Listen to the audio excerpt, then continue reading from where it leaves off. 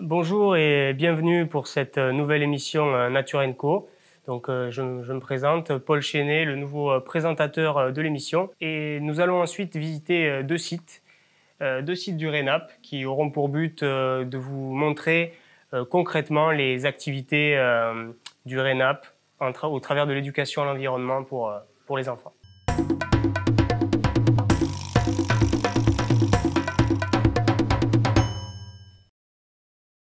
Et aujourd'hui, j'ai le plaisir d'accueillir avec nous Monsieur Crépin Telinganou, qui est le président du RENAP. Alors, est-ce que vous pouvez expliquer à nos téléspectateurs qu'est-ce que c'est le RENAP? Merci, monsieur le présentateur de l'émission Nature & Co. Nous sommes monsieur Crépin Telinganou, président du réseau national agro-pastoral de l'environnement. Qu'est-ce que le réseau national agro-pastoral de l'environnement? Quand a été créé le réseau national agro-pastoral?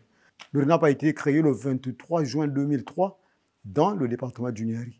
Et dès sa création, le RENAP a eu la chance d'être déjà présent sur le terrain en participant au premier séminaire organisé par la Convention nationale de développement du Congo, qu'on appelle la CONADEC, et la conférence avait pour thème la relance économique du Congo. C'est à cette occasion que le RENAP parle pour la première fois de la lutte contre les sachets au pays. Et lors de cette conférence, le RENAP a émis le vœu de voir le Congolais, mener une lutte, mais pas une lutte, on avait dit, mener une lutte pour prendre conscience, une éducation environnementale sur tout ce qui était problème, question de l'environnement. Nous avions donné un thème à l'époque, les sachets, un problème de société.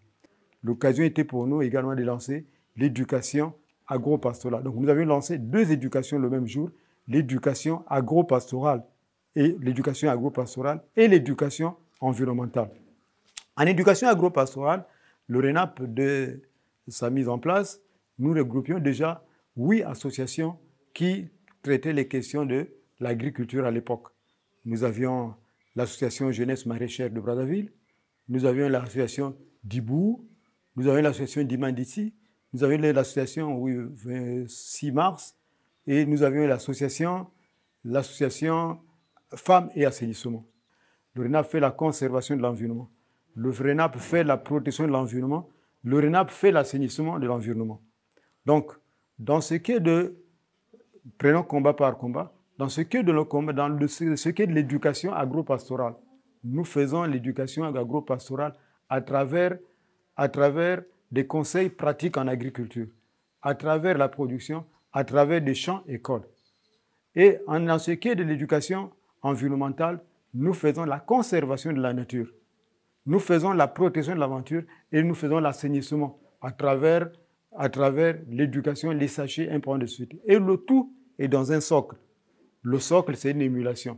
L'émulation, c'est l'émulation quartier et village propre, sans objets plastiques usés. Plantons un arbre pour les générations futures. Ça, c'est le thème, vraiment, c'est le thème de notre combat, sinon le thème de notre visibilité, de notre vie. Tout ce que nous menons comme activité au RENAP, nous retirons ça de ce thème. Rien ne peut nous séparer de ce thème. Que ce soit l'émulation, que ce soit le champ-école, le tout se passe par une éducation. Parce que nous pensons que communiquer, c'est bien. Mais éduquer en comparant, en affrontant deux personnes, c'est mieux. Quand nous parlons des conseils pratiques, par exemple, pour être plus clair, quand nous parlons des émulations, nous avions ciblé la couche la plus basse. Nous avions ciblé la jeunesse. Et nous disons, la première émulation que nous avions, par exemple, organisée dans ce pays, c'est l'émulation école propre sans sachet. Tout à l'heure, vous nous parliez de l'émulation des quartiers et villages propres. On aurait voulu savoir un renseignement sur la dangerosité que représente l'objet plastique. Nous avions dit que le thème de notre émulation, c'est l'émulation quartier propre, quartier et village propre, sans objet plastique usé. Plantons un arbre. Vous voyez, vous allez prendre la dimension de planter un arbre. Nous allons prendre la dimension de l'objet plastique. L'homme ne peut pas planter un arbre sur un terrain où il y a des objets plastiques. L'homme ne peut pas planter sur là où il y a l'objet plastique, étant dit que l'objet plastique n'est pas un fumier. L'objet plastique ne peut pas se décomposer. L'objet plastique ne permet pas la photosynthèse. L'objet plastique, c'est un corps inerte. Alors, comme l'objet plastique est un corps inerte, nous suscitons les débats. Quand plantons, ne plantons pas là où il y a les objets plastiques. Et nous posons du coup le problème de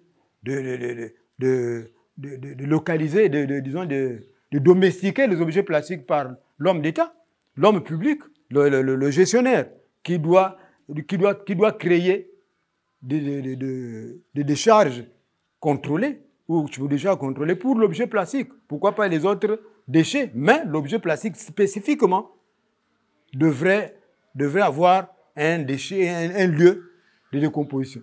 Aujourd'hui, par exemple, monsieur le journaliste, lorsqu'on parle du fer, on voit le Congolais se battre pour un morceau de fer. C'est parce que le fer se transforme. Et si demain, on peut arriver à la transformation de l'objet plastique, il faut qu'il y ait la transformation de l'objet plastique. Vous voulez dire un recyclage? Recyclage de l'objet plastique. Si on ne peut pas recycler, si on ne peut pas transformer l'objet plastique, on ne peut pas jeter l'objet plastique partout où l'on veut. Et voilà le sens de notre combat en ce qui est de l'objet plastique. On ne peut pas planter sur un terrain où il y a les objets plastiques. Le travail de la culture est difficile, il ne poussera pas. Le travail de l'agriculteur est difficile parce qu'il ne peut pas labourer sur un terrain plein d'objets plastiques.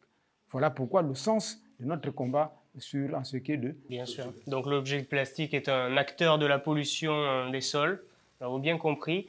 Est-ce que vous, dans vos méthodes et conseils pratiques en agriculture, est-ce que vous faites la promotion des engrais naturels, des différents engrais naturels qui peuvent exister ici au Congo? Bien, nous avions dit que tout ce que nous produisons, monsieur le journaliste, on attend par engrais naturels. Nous avions d'abord le système de compotage, nous faisons les compotages, les composts. Nous avions ce qu'on appelle la rotation des cultures. Nous avions ce que nous appelons l'enfouissement. Nous avions ce qu'on appelle l'engrais vert, la création d'engrais verts. Et nous avions ce que nous appelons les 5 espèces de fumier. Le fumier animal, le fumier d'oiseaux, le fumier, le compost, le fumier de poubelle, les gadous.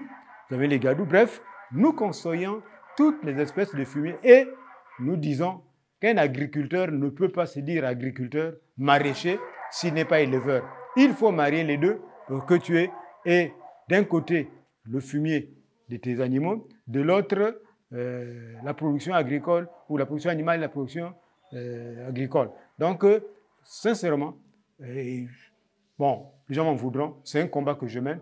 Je n'aime pas mettre l'engrais dans mes cultures. Pour moi, l'engrais, c'est un fumier appauvrissant. Pour moi, l'engrais, c'est un fumier appauvrissant. Il appauvrit le sol. Et le fait de renouveler la terre par les systèmes de rotation, par le système de enchères, par le compost, nous resterons torrentiels sur le torrent. Donc voilà quels sont les systèmes que nous appliquons dans nos petits terrains. Parce que si nous employons le fumier, l'engrais dans l'agriculture de proximité en pleine ville, nous allons appauvrir très tôt le terrain. On n'a pas besoin d'appauvrir notre terrain. D'accord, donc vous valorisez bien sûr tout ce qui est bande enherbée, infrastructures agroécologiques, je pense à des haies qui accueillent justement des insectes auxiliaires qui font justement de la prédation sur des insectes nuisibles.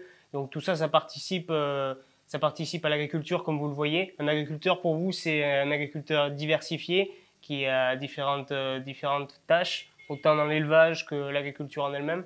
Vous l'avez dit parce que quand vous parlez des acteurs dans le sens de la biodiversité, je me dis que j'ai animé une émission à Pointe-Noire où j'ai démontré les vers de terre, quelle était l'action des vers de terre sur l'action de l'agriculteur. Nous avions démontré quelle était l'action d'un oiseau sur un terrain agricole.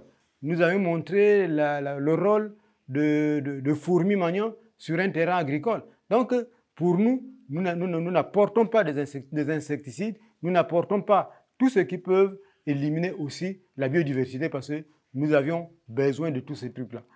Et donc toutes ces thématiques liées à l'environnement, l'aménagement du territoire, la santé également, tout ça c'est occupé par le RENAP.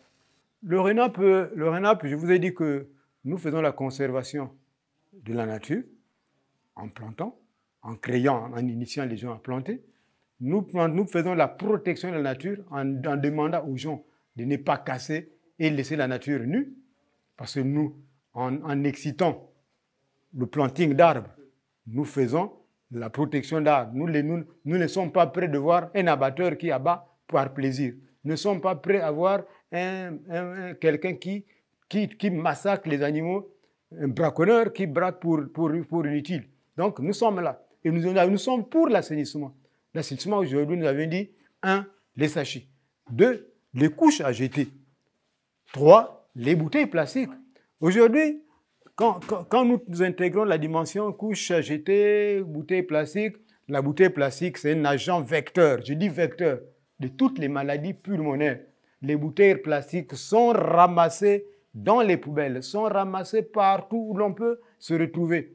Hein? Il faut voir comment les gens ramassent les bouteilles plastiques. Et la fin des bouteilles plastiques, c'est quoi? C'est les ramasser, on met de l'eau, on vend. Est-ce que c'est lavé dans les normes naturelles, dans les normes hygiéniques? Je dis non. L'origine de la bouteille plastique, c'est ramasser et on met de l'eau.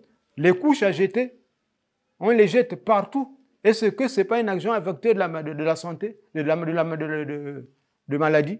Voilà pourquoi au RENAP, dans tout ce que nous apportons comme conseil pratique, nous attaquons, pas d'une manière directe, mais indirecte, les problèmes de santé. Les problèmes de santé. Et les problèmes de santé sont attaqués par le RENAP.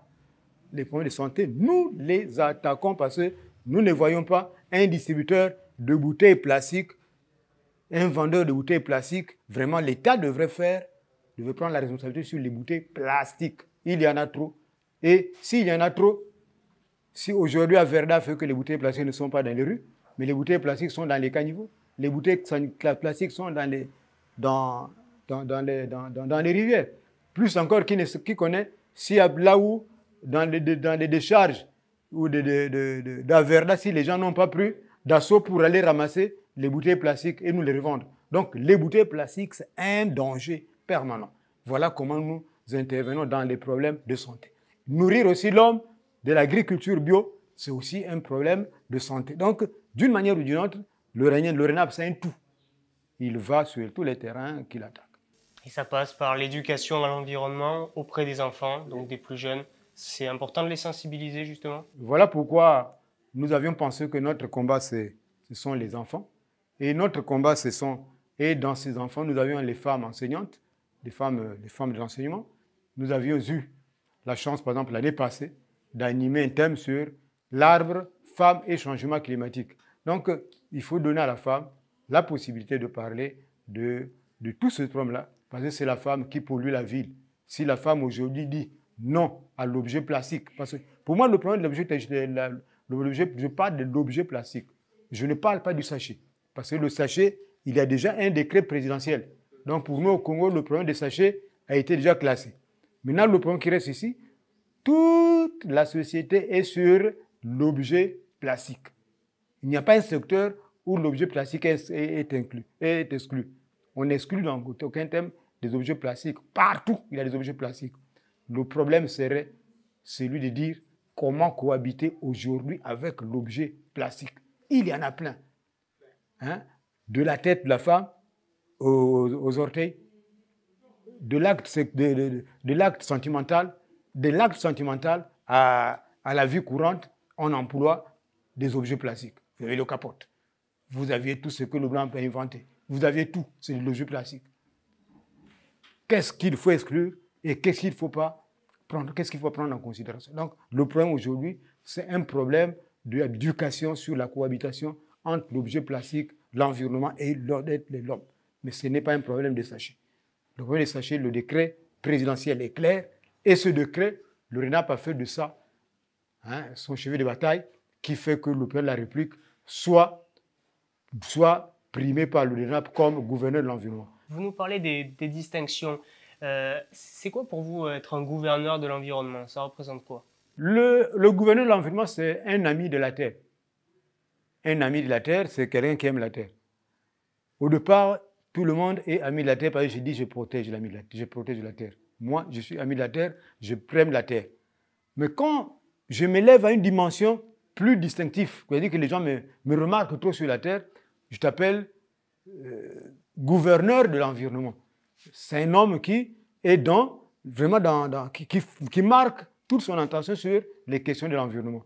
Et chaque année, nous prenons 12 personnes qui se font remarquer. Et dans les 12 personnes, le plus remarquable, en 2012, nous avions remarqué un journaliste qui s'est fait distinguer. Nous l'avions élevé gouverneur de l'environnement, il s'appelle Chief Chivongo. Et c'est venu les dépêches de Brazzaville, qui dans chaque numéro fait quelque chose. Est venu, pour ne pas tout parler, Henri Djombo qui a écrit Le cri de la forêt. Est venu le président de la République pour plusieurs actions qu'il a posées sur les questions de l'environnement. Il est le premier à dire la journée nationale de l'arbre, un peuple qui ne consomme, il est au COP 21, au Fond bleu. Bref, il a pris surtout pour le RENAP. Pour le RENAP, c'est surtout le décret interdisant les sachets, parce que ce décret, c'est le décret de paysans, le décret des agriculteurs, le décret des humanitaires. Voilà ce que nous avons voulu dire. On a beaucoup à dire, c'est une émission, le temps peut-être le temps, mais je dis que le RENAP a fait et continue à faire. Merci. Merci, M. Crépin Telinganou, président de l'actuel RENAP. Donc, si les téléspectateurs souhaiteraient vous contacter, est-ce que vous pouvez leur donner vos contacts, numéro de téléphone? Oui, si les gens veulent nous contacter, nous sommes d'une manière permanente à l'école Saint-Jean-Baptiste. C'est là-bas où se pratiquent les conseils pratiques en agriculture, et tous les plants que vous voyez, les arbres que vous voyez, sont vendus dans l'avenue Mavungu où nous sommes. Donc voilà les deux lieux où vous pouvez nous voir, ici dans l'avenue Mavungu et à l'école Saint-Jean-Baptiste où vous nous avez vus avec les enfants. Merci chers téléspectateurs de nous avoir suivis pour cette émission Nature & Co avec le président du RENAP, M. Crépin Telinganou. Et je vous dis au revoir et merci et à la prochaine.